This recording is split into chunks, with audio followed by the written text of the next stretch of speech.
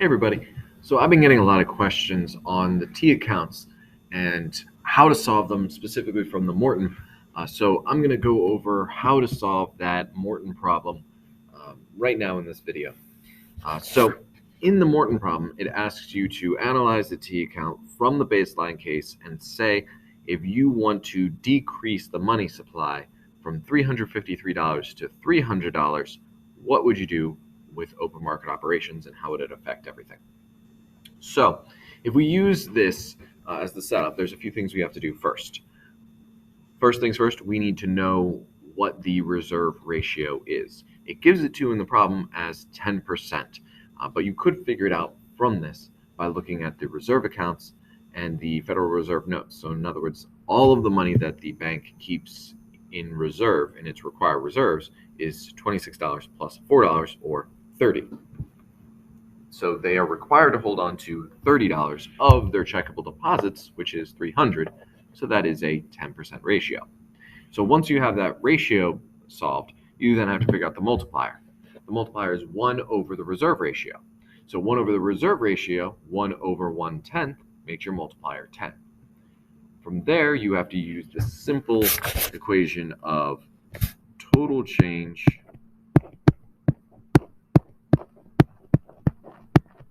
equal to initial change times the multiplier.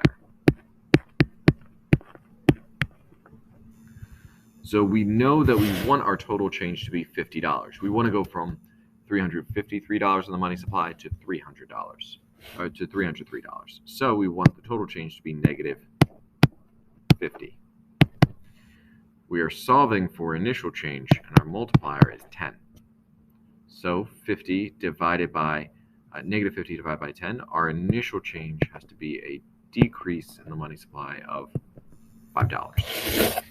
So that's what we are using as the basis. So we then have to figure, are they buying or selling T-bills in order to enact that negative $5 to negative $50 worth of change? So for that, you have to think, is the money going into the system or out of the system? Is it going to the public or is it going to the Fed? So in this case, when you're looking at it, the money, if you're buying T-bills, the money goes to the general public. If the Fed is buying T-bills, it is putting money out into the bank customers' hands. If they are selling T-bills, the money is going to the Fed. The Fed is exchanging T-bills for money. So the money is coming to the Fed, it's coming out of circulation, it will decrease the money supply. So that's what we're going to do. We're going to sell $5 worth of Treasury securities. So now we can start fully getting into this T account. So from the baseline case, you have Treasury securities that equal $83 at the Fed. They are selling $5 worth of those to the general public. So you subtract 5 from their Treasury securities.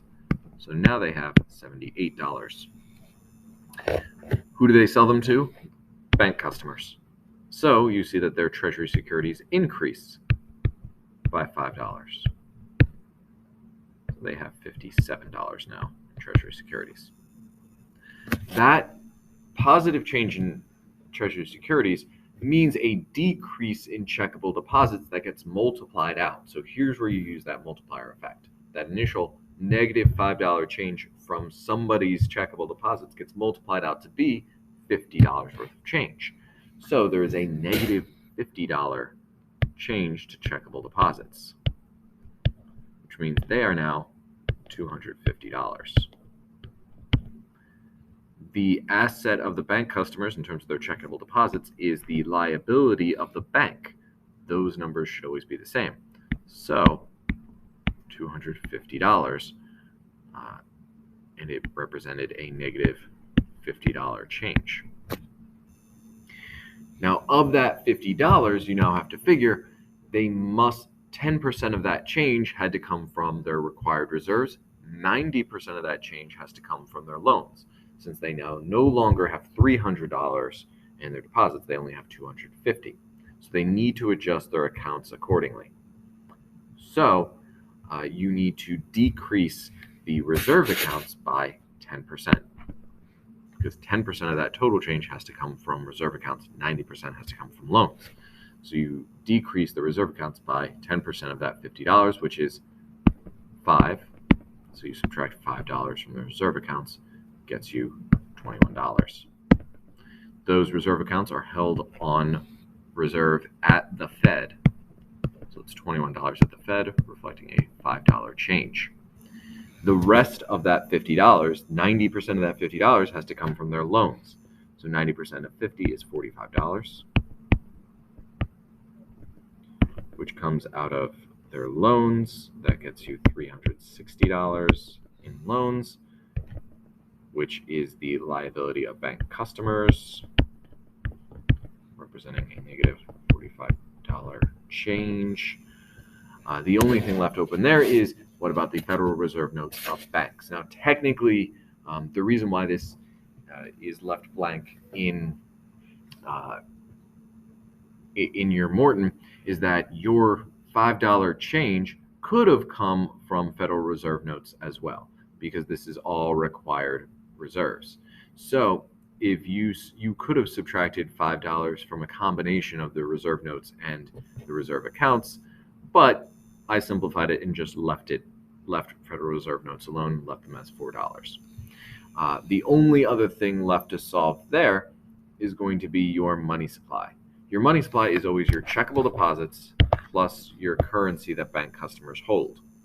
So it is $250 plus $53, which gets you $303, which is exactly what you wanted the money supply to be.